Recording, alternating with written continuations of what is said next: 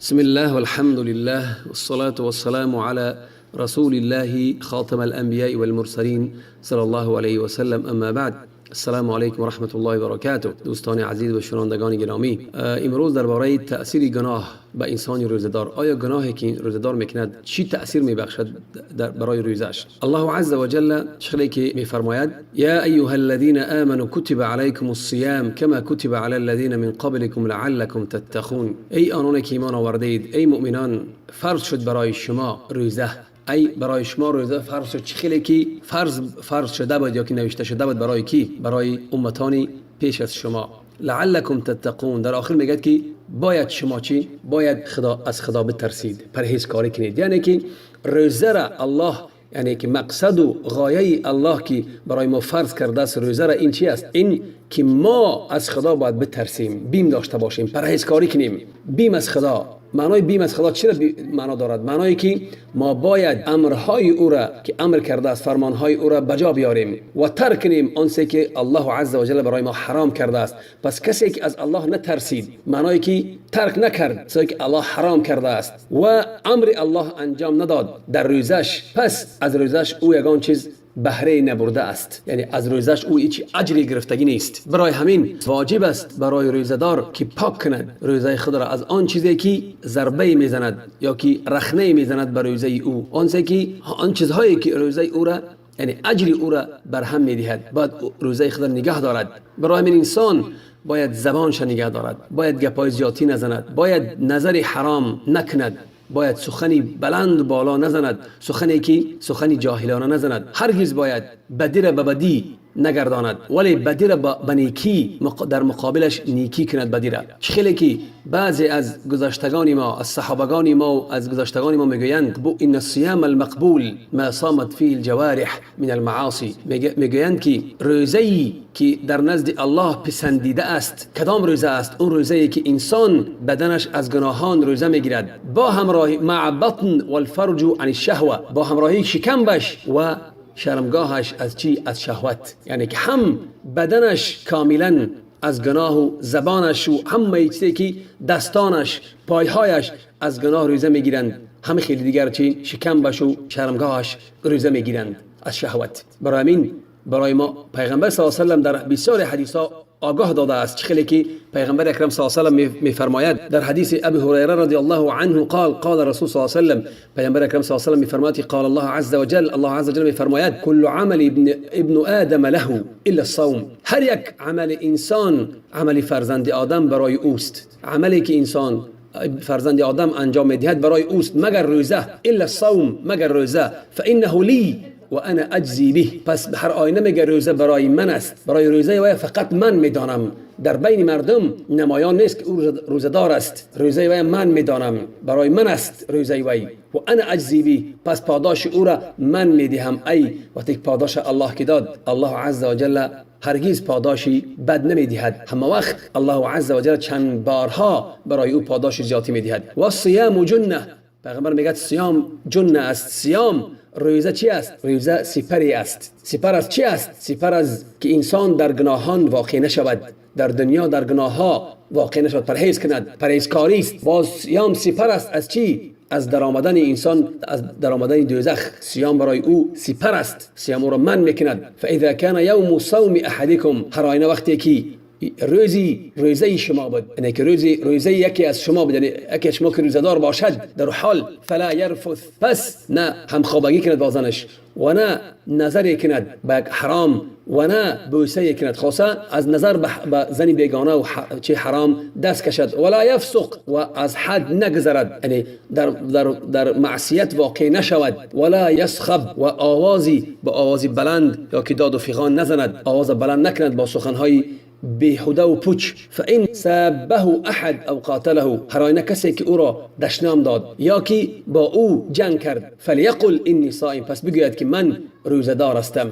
باز در دیگر حدیث پیغمبر اکرم صلی الله علیه و سلم میفرماید که ومن لم يدع قول الزور والعمل به فليس لله حاجه في ان يدع طعامه وشرابه. حدیث در بخاری است. میفرماید که کسی که ترک نمیکند قول زور، ای قول باطله، قول زور، قول باطله، والعمل به، و عمل به قول زور و عمل به قول باطل عمل نمیکند، در وقت روزداریش ترک نمیکند، قول زور همه در بر میگیرد، هم دشنام و هم شهادت زور و دروغگویی را همه در بر میگیرد. فلیس لله حاجه، پس الله به اون عبادت او احتیاج نیاز ندارد. الله به اون عبادت او احتیاج ندارد که در اون حالتی که چی وای فقط یعنی که طعام شه خوراک را ترک کند یا که نوشیدن ترک کند. پس انسان وقتی که باید ترک کرد همه را باید ترک کند، هم خوراک را، هم نوشاک را، هم گناه ها را ترک کند. زبان نگاه دارد، دست نگاه دارد، پای نگاه دارد از کردن یا که زدن از به حرام. باز در حدیث دیگر پیامبر اکرم صلی الله علیه و آله میفرماید که رب صائم لیس له من صیامه الا الجوع، شاید روزه‌دار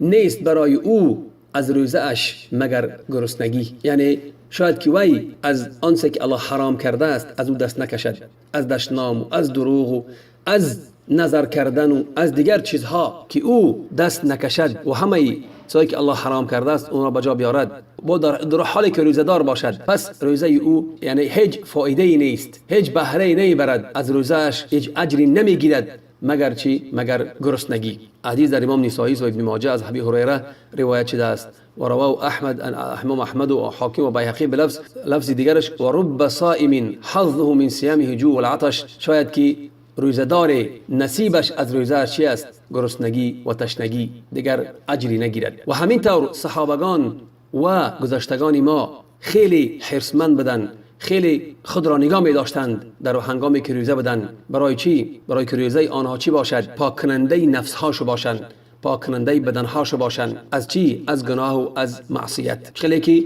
عمر بن الخطاب رضی الله عنه میگوید لیس الصيام من الشراب والطعام وحده. عمر رضی الله عنه میگوید که روزه نه فقط از چی است؟ از انسان از خود را منع کردن از نوشیدن و از خوردن تنها، ولکنه من الكذب والباطل واللغو. ولی روزه داشتن خود چرا؟ داشتن خود از دروغ، از باطل و از سخن پوچ و بیهوده. و چخیلی که جابر ابن عبدالله الانصاری میفرماید اذا صمت فلیصم سمعک و بصرک، اگر روزه گرفتی پس روزه بگیرد شنوایی تو، بینایی تو، ای چشم تو روزه گیرد، گوشان تو روزه گیرد، و زبان و لسانک من الكذب عن الكذب، و زبان تو از دروغگویی روزه گیرد، و المأثم و از چی؟ از گناه. و دع اذى الخادم و خادم خود را اذیت نده، وليكن عليك وقار و سکینة یوم صومک. پس روزی که تو روزدار هستی باید تو چی باشی؟ انسانی آرام باشی، انسانی با احترام باشی، با شکوه باشی. ولا تجعل یوم فطرک و یوم صومک سواء. میگه روزی که تو روزدار نیستی و روزی که روزدار هستی آنها باید برابر نباشند. و روى طلیق ابن قیس عن ابی ذر، طلیق ابن قیس از ابی ذر روایت می‌کند قال اذا صمت فتحفظ ما استطعت، اگر وقتی که روزه گرفتی پس محافظت کن، رعایت کن چه قدری که میتوانی. و کان الطریق اذا کان یوم صیامه، طلیق ابن قیس وقتی که روزه دار که بود دخل فلم یخرج الا الى الصلاه، وقتی که روزه که بود از خانه نمیبرآمد مگر فقط برای نماز. و کان ابو هریره و اصحابه اذا صاموا جلسوا في المسجد، ابو هریره و دوستان ابو هریره صحابگان دیگر وقتی روزه میگرفتند در مسجد می نشستند و قالوا نطهر صيامنا، پاک میکنیم روزه های خود را از چی؟ از گناه. و از حفصه بنت سیرین، از حفصه بنت دختر سیرین از تابعینا قالت الصيام جنه، گفت که صیام سپری هست ما لم یخرقها صاحبها و خرقها الغیبه. میگوید که صیام سپری هست بین انسان روزدار و بین گناهان تا آنی که صاحبش او را چی؟ سوراخ نکند سپره. و سوراخ کردن سپر این چی است؟ سوراخ کردن سپر این غیبت است. انسان که غیبت کرد اون سپری که بین او بین گناهان است او سوراخ می شود. و از ابراهیم النخعی قال كانوا يقولون الكذب يفطر الصائم. ابراهیم النخعی میگفت که رحمت الله علیه میگفتن که كانوا يقولون، میگفتن یعنی که تابعینا میگفتن الكذب يفطر الصائم، دروغ روزه را میشکند. و از میمون ابن مهران روایت است که ان اهون الصوم ترک الطعام والشراب. میمون ابن مهران چی میگفت؟ سبکترین روزه این ترک کردن خوردن و نوشیدن است. برای همین بعضی از گذشتگان ما میگفتن که گناه روزه را میشکند. کسی که مرتکب گناه شد با زبانش سخنی حرام گفت یا که غیبت کرد یا که سخنچینی کرد یا دروغ گفت یا که گوش داد به چی؟ با گوشاش به چیزی حرام، به چیزی فحشا، به چیزی باطل، یا که نظر کرد به حرام مثل به عورت یک کس، به زیبایی زنک‌های بیگانه به شهوت نگاه کرد، یا که به دستش یگان کس اذیت داد، حیوان زد به یگان حق، یا که چیز را گرفت که برای او حلال نیست، یا که به پایش گناهی کرد، حرام به معصیت رفت، با پایش گناه کرد و معصیت رفت. و دیگران میگفتن که از نمودهای گناه میگفتن که چی؟ روزه رو میشکند. پس میگه زبان میگه روزه رو میشکند، گوش روزه رو میشکند، چشم روزه رو میشکند، دست روزه رو میشکند، پای روزه رو میشکند، خیلی که شکم روزه رو میشکند و شرمگاه روزه رو میشکند. همین سخنان را میزدن. بعضی از گذشتگان همین سخنان را میگفتند، ولی جمهور عالما میگوید که معصیت یعنی گناهان روزه را باطل و فاسد نمیشکند، ولی روزه را چی؟ از اجر روزه کم میکند. یعنی که انسان شاید که گناهایی کند، بعد گناهها فرقیت دارن از هم دیگر، شاید گناهی کند که روزش اجرش کم کند، شاید گناهی کند که اجر تماما نگیرد به سبب گناهاش از روزه، مگر برای او چی از گفتیم گرسنگی یا که تشنگی. و چخیلی که امام احمد رحمت الله علیه میگوید که گناهها روزه را نمیشکند، مثل خوردن نوشیدن، ولی اجر او را، پاداش او را، ثواب او را ضایع میکند، اجرش میبرد، اجرش نیست میکند. برای همین انسان باید چی؟ باید از گناه دور ایستد، باید چی قدری که میتواند از گناه دور بیستد و به ذکر و به قرآن خوانی و به نماز مشغول شود در رمضان. امام ابوبکر ابن العربی در شرح همین حدیثی که گفتیم من لم يدع قول الزور والعمل به فليس لله حاجة في ان يدع طعامه و شرابه، کسی که ترک نمیکند قول زور، قول باطل و عمل کردن به قول زور، به قول باطل، پس هیچ نیازی نیست برای الله که او برای الله ترک کند. چیشه؟ برای الله ترک کند خوردن و نوشیدن شه. در همین حدیث میگوید که ان من فعل ما ذکر لا یثاب علی صیامه، کسی که همین کارهایی در همین حدیث آمده است و انجام میدهد و گناه میکند و قول زور باطل میگوید، پس اجر نمیگیرد برای روزش. و معناه ان ثواب الصيام لا يقوم في الموازنه بالاثم الزور كما ذکر معه. خلاصه ثواب روزه را نمیگیرد، روزش ثوابش کم میشود. برای همین کسی که آلوده میکند روزه خود را با گناه کردن، یا با گوشش باشد، یا با چشمش باشد، یا با زبانش باشد، یا با بدنش باشد، هر آینه بدن خود را پاک نکرد، فرصتی برای پاک کردن بدنش از دست داد و سزاوار مغفرت و سزاوار وعده الله نیست. شاید که احتمال دارد که او را دعای جبریل علیه السلام برسد، وقتی که میگوید و دعای جبریل دعا که میکند و امن علیه نبی صلی الله علیه و سلم، پیغمبر آمین میگفت، جبریل دعا میکرد و پیغمبر آمین میگفت، گفت که و من ادرک رمضان، جبریل میگفت که و من ادرک رمضان فلم یغفر له فابعده الله،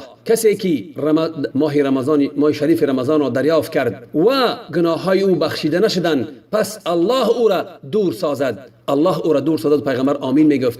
برای همین کسی که رمضان برای او رسید، پس تلاش و کوشش خود را دریغ ندارد که چی کند که الله بخشد او را. کسی را که الله در این ماه نبخشید و کوشش تلاش نکرد، پس او محروم است. در حقیقت این حدیث که روایت کرده است ابن ماجه در صحیحش از حسن ابن مالک ابن حویرث از پدرش از بابیش و ثابت شده است از ابی هریره و دیگر صحابگان. برای همین انسان باید کوشش کند که همین که ماه روزه گیرد و روزه را همه وقت باید برای چی کند؟ برای الله خالص کند.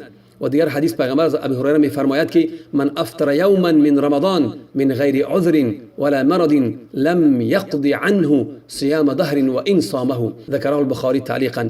امام بخاری تعلیقش کرده است. امام بخاری پیغمبر صلی الله علیه و میگوید که من افطر یوما، کسی که یک روز در رمضان به غیر عذر، به یگان عذر روزه را میشکند، به یگان بیماری و به یگان عذر، اگر یک سال اگر قضایی گیرد، یک سال برای یک روز اگر قضایی گیرد، میگه برابری چی؟ برابری یک روز رمضان برابر نمی شود.